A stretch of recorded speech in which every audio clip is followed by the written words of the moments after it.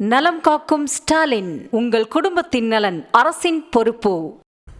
தொடர் விடுமுறையொட்டி திண்டுக்கல் மாவட்டம் கொடைக்கானலில் சுற்றுலா பயணிகள் குவிந்த நிலையில் இன்று சொந்த ஊர்களுக்கு திரும்பிச் செல்ல போதிய பேருந்து வசதி இல்லாததால் 3 மணி நேரத்திற்கும் மேலாக பேருந்து நிலையத்தில் காத்திருக்கும் நிலை ஏற்பட்டுள்ளது.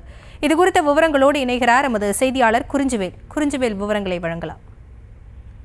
நிச்சயமாக திண்டுக்கல் மாவட்டம் கொடைக்கானலிலிருந்து சென்னை, பெங்களூர், திருச்சி, திண்டுக்கல், பழனி, தேனி, மதுரை உள்ளிட்ட பல்வேறு பகுதிகளுக்கு 45க்கும் மேற்பட்ட பேருந்துகள் தற்போது இயக்கப்பட்டு வருகிறது. இதில் கொடைக்கானலுக்கு வரக்கூடிய நடுத்தர மக்கள் சிலரும் பேருந்துகள் மூலமாக வந்து செல்கின்றனர்.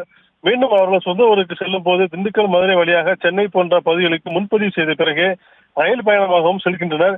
இந்த நிலையில் சுதந்திர தின விடுமுறை மற்றும் வார இறுதி நாள் விடுமுறை முன்னிட்டு 3 நாட்கள் தொடர் விடுமுறை காரணமாக அதனை கொண்டாட தமிழகத்தில் பல்வேறு பகுதிகளிலிருந்தும் கொடைக்கானலுக்கு பேருந்துகள் மூலம் ஏராளமான சுற்றுலா பயணிகள் வந்திருந்தனர். இந்த நிலையில் தொடர் விடுமுறை முடித்து நாளை முதல் தமிழகத்தில் உள்ள அனைத்து பள்ளிகள் மற்றும் கல்லூரிகள் தொடங்க உள்ள நிலையில் கொடைக்கானலுக்கு சுற்றுலா வந்த பயணிகள் இங்குள்ள சுற்றுலா தலங்களை கண்டு ரசித்து விட்டு மீண்டும் தங்களது சொந்த ஊர்களுக்கு திரும்பி செல்ல பேருந்து நிலையத்தில் வழக்கத்தை விட அதிகமாக கூடியிருந்தனர்.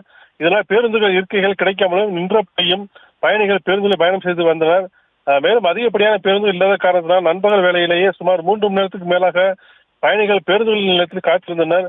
அதே போல உரிய நேரத்தில் ரயில் நிலையங்களில் செல்ல முடியாமலும் தங்களது சொந்த ஊர்களுக்கு செல்ல முடியாத சூழ்நிலையும் அவதியடைந்து வருகின்றனர்.